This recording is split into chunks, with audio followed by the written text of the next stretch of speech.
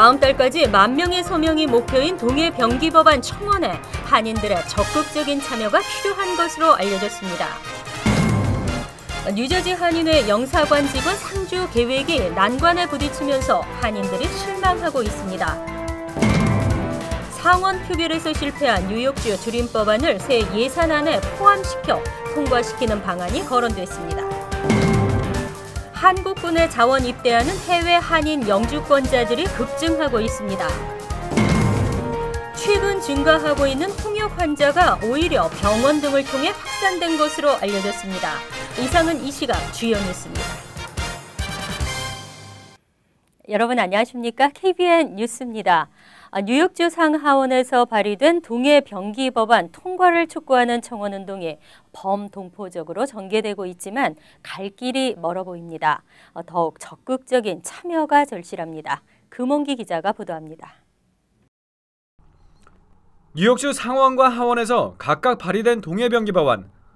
하원에서는 교육분과위원회를 비롯해 많은 의원들이 지지하며 순조로운 출발을 보이고 있는 반면 상원에서의 법안 통과가 난항을 겪을 것으로 예상되고 있습니다. 토니 아벨라 의원이 발의한 동해와 위안부 역사를 뉴욕주 공립교과서에 기자를 의무화하는 법안은 만약 상원 의회를 통과하더라도 하원에서는 심의조차 되지 못하고 폐기될 가능성이 큽니다. 민주당이 하원을 장악하고 있어 최근 민주당을 탈당한 아벨라 의원의 법안을 받아 하원에서 상정할 의원이 없다는 분석입니다. 따라서 같은 법안을 발의한 상원의 토비 스타비스키 민주당 의원과 하원의 에드워드 브론스테인 민주당 의원의 법안이 통과돼야만 그나마 승산이 있다는 전망이 나오고 있습니다. 아벨라 의원이 올린 상원 법안이 상원은 무난히 통과할 수도 있지만 하원에 상정되고 통과되는 것이 쉽지 않지 않을까. 그것은 이제 지난번 위안부 결의안을 봤을 때 이제 그렇게 생각을 합니다. 동해병기 통과를 위해서는 각 지역구 의원들에게 청원 서명을 보내는 것이 무엇보다 중요합니다.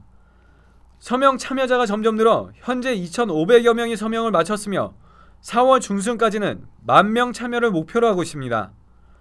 특히 뉴욕주 상원 교육분과위원회 존 플래너건 위원장의 지역구인 서포크 카운티 스미스타운 주변 주민들의 서명 참여가 절실한 상황입니다.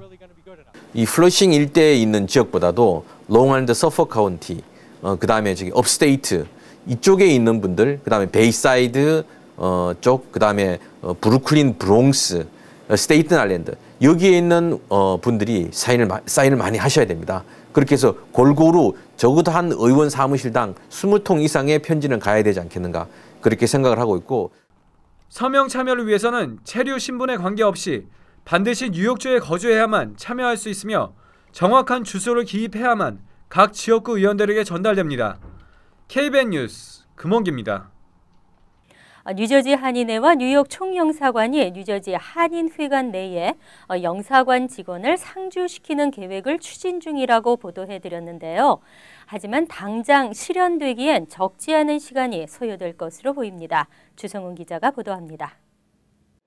오늘 오후 순회 영서 업무가 이뤄진 뉴저지 한인회관. 30여 명의 한인들이 여권갱신과 가족 확인 등 각종 민원 업무 대기로 분주합니다. 지난 2006년부터 뉴저지 한인들의 편의를 위해 1년에 수차례 실시하고 있는 순회 영서 업무. 맨해튼에 있는 영사관까지 나가야 하는 불편을 덜고 편하게 업무를 볼 수 있기 때문에 해마다 찾는 발걸음이 늘어나고 있습니다. 오늘도 모두 200여 명의 뉴저지 한인들이 순회 영서 업무를 찾았습니다. 사정이 이렇게 되자 뉴저지 한인회는 지난해부터 회관 내 영사관 직원을 상주시키는 계획을 기획하고 뉴욕 총영사관과 논의를 진행 중이라고 밝혔습니다. 상주 내지 정기적으로 주재를 하면서 동포분들과의 그 상담 서비스를 저희들이 요청을 했습니다. 그래서 제가 알기로는 뉴욕 총영사관에서 희망적이고 긍정적으로 잘 검토하셔서 지금은 당장은 시행이 어려울 것으로 보나 본청 외교부에 그것을 상신하셔서 잘 전달하시겠다는 걸로 알고 있습니다. 소식을 접한 뉴저지 한인들의 기대도 큽니다. 오늘 순회 영서 업무를 찾은 한인들은 1년에 4-5차례 오는 순회 영서 업무도 특정 시간을 맞추기가 쉽지 않다며 영사가 일주일에 며칠이라도 상주한다면 많은 도움을 받을 수 있을 것 같다고 기대감을 나타냈습니다. 그러면 너무 좋죠. 지금 여기 시간 맞추려니까 사실 뭐 하는 일도 있고 하는데 오기가 사실 좀 어렵긴 해요. 그러니까 뭐 여기 아예 상주하고 있으면 언제든지 저희가 올 수 있으니까. 오히려 저희 한인들한테 굉장히 많은 도움이 되겠죠. 그리고 더 많이 한인회를 이용하고 이런 걸 활성화될 수 있을 것 같아서 굉장히 좋을 것 같아요. 하지만 뉴저지 한인회관 내 영사관 직원이 상주하기 위해서는 적지 않은 시간이 소요될 것으로 보입니다.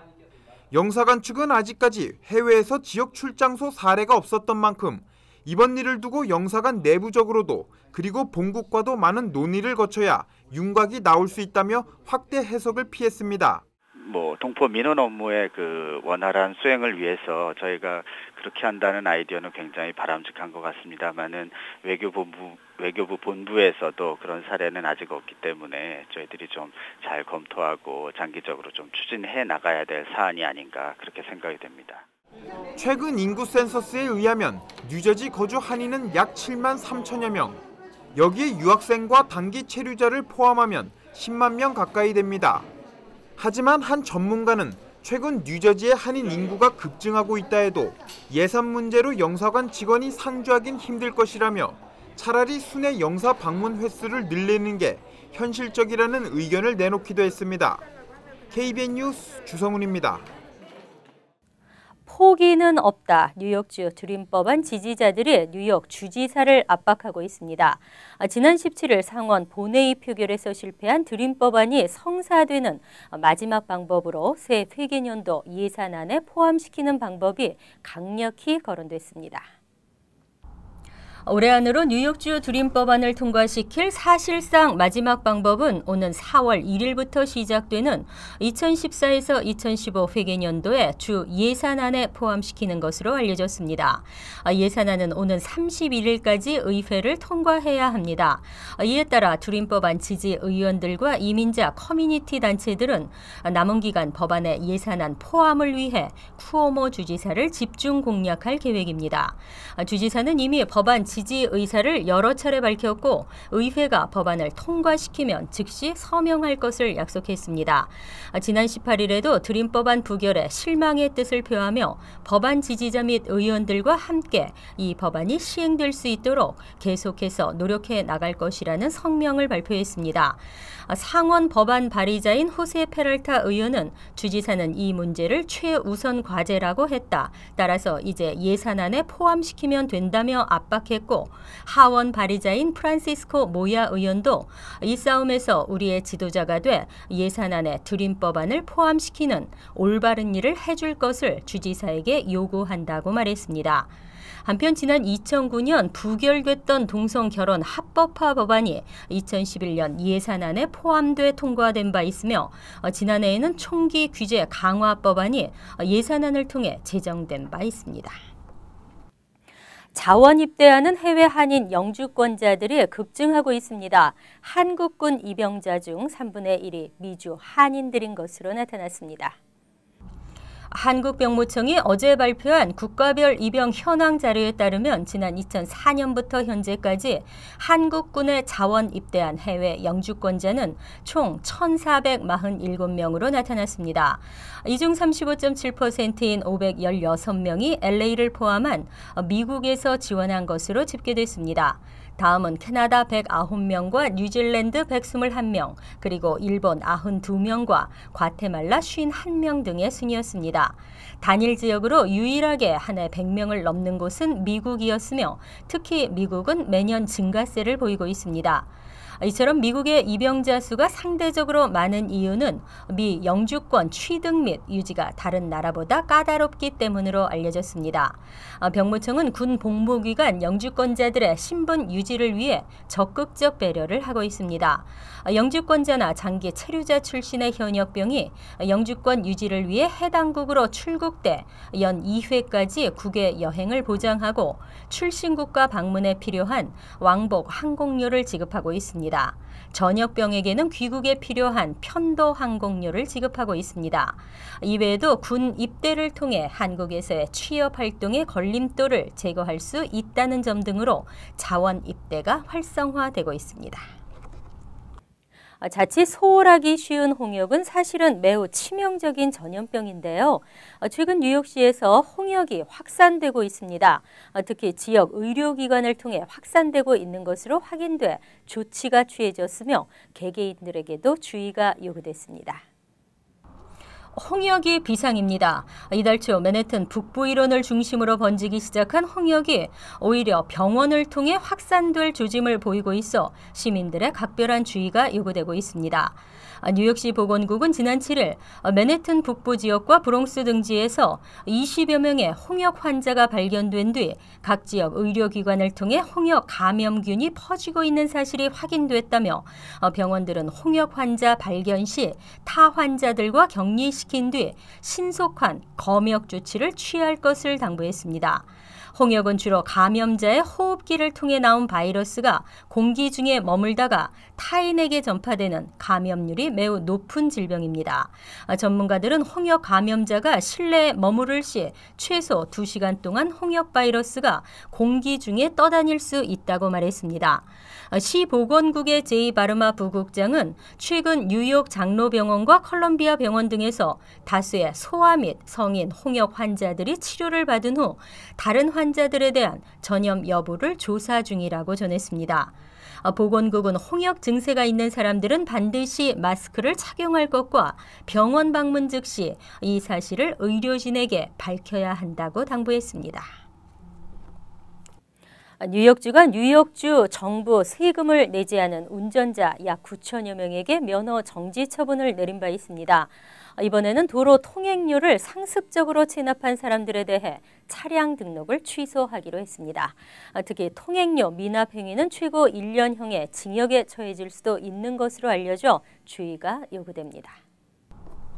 앤드류 쿠오모 주지사가 도로 통행료를 상습적으로 체납한 사람들의 자동차 등록을 취소하는 방안을 검토하고 있다고 뉴욕 포스트가 어제 보도했습니다. 자동차 등록을 취소시키지만 밀린 통행료를 내면 다시 정상화됩니다.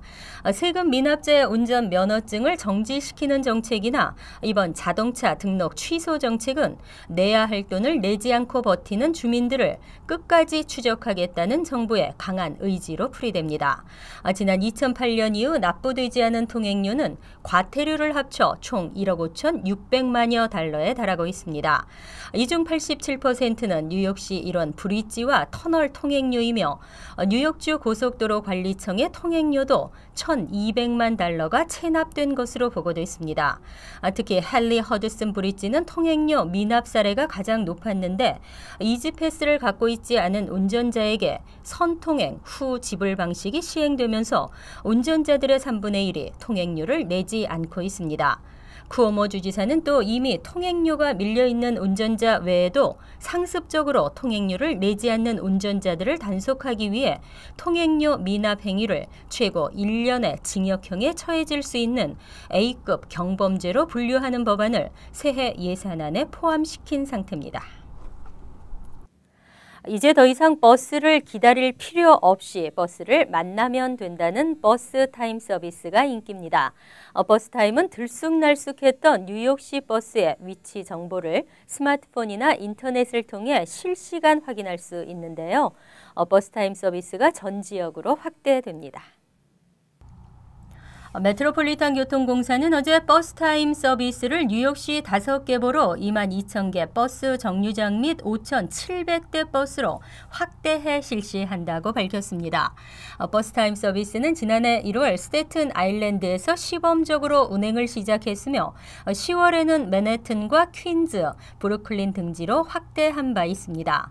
버스타임은 온라인 웹사이트 또는 스마트폰에서 버스타임 앱을 내려받거나 문자 메시지 511123으로 버스의 실시간 위치를 확인할 수 있습니다.